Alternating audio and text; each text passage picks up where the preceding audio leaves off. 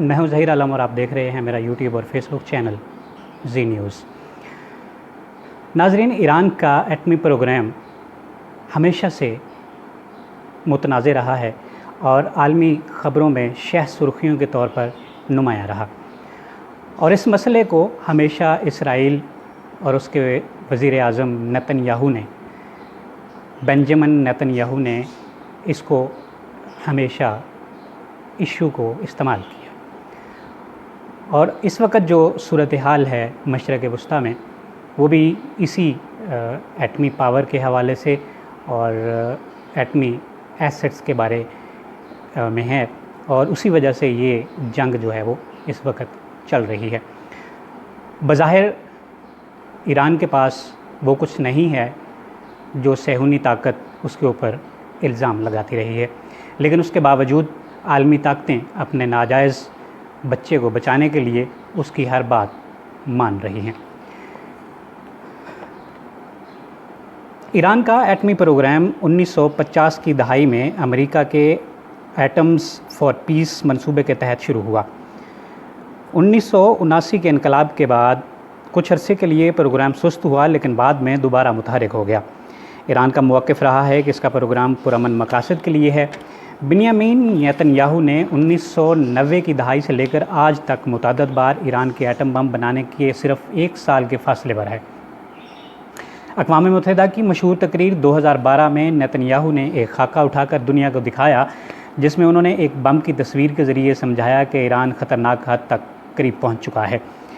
انہوں نے 1992 میں بھی کہا تھا کہ ایران 5 سال بعد ایٹم بم بنا لے گا، جبکہ 1996 میں ان کا کہنا تھا کہ ایران کی ایٹمی پیش رفت اسرائیل کے لیے براہ راست خطرہ ہے۔ یہ تمام دعوے وقت گزرنے کے ساتھ ساتھ بے اثر ثابت ہوئے، کیونکہ کوئی ایٹمی دھماکہ یا ہتھیار آج تک سامنے نہیں آیا۔ 2015 میں ایران نے افزودگی 3.67 تک محدود کرنے اور IAEA کو معائنے کی اجازت دینے پر رضامندی ظاہر کی۔ اس معاہدے کے تحت ایران نے سینکڑوں سینیٹری فیوجز بند کیے اور یورینیم کا ذخیرہ کم کیا۔ 2018 میں ڈونلڈ ٹرمپ کے پہلے دور حکومت میں امریکہ JCPOA سے نکل گیا، جس کے بعد ایران نے افزودگی دوبارہ بڑھا دی، جو اب 60% سے تجاوز کر چکی ہے۔ ایران ایٹم بم کیوں نہیں بنا رہا؟ یہ ایک بڑا اہم سوال ہے۔ ایٹم بم بنانا صرف یورینیم افزودہ کرنے تک محدود نہیں، اسے لے جانے والے میزائل تجربات اور عالمی رد عمل سے بچاؤ بھی درکار ہوتا ہے۔ اس کے علاوہ ایران پر مزید پابندیاں اسرائیلی حملے یا امریکی فوجی کارروائی کا بھی خطرہ ہے، اور سب سے بڑی بات، دینی فتوے بھی اس کی راہ میں بڑی رکاوٹ ہیں۔ ایرانی رہبر اعلیٰ آیت اللہ علی خامنائی کا ایک فتویٰ بھی موجود ہے، جس میں ایٹمی ہتھیاروں کو اسلام کے خلاف قرار دیا گیا ہے۔ دوسری جانب نیتن یاہو کی سیاست ایران کے خطرے کو ایک بنیادی ستون کے طور پر استعمال کرتی رہی ہے، جس کا مقصد اسرائیل کے اندر حمایت حاصل کرنا اور فلسطینی مسئلے سے توجہ ہٹانا ہے۔ اس کے علاوہ امریکہ اور مغرب کی جانب سے ایران کے خلاف پابندیاں بڑھانے کے لیے دباؤ ڈالنے کے لیے بھی اس موقف کو استعمال کیا جاتا رہا۔ لیکن نتیجہ کیا ہوا؟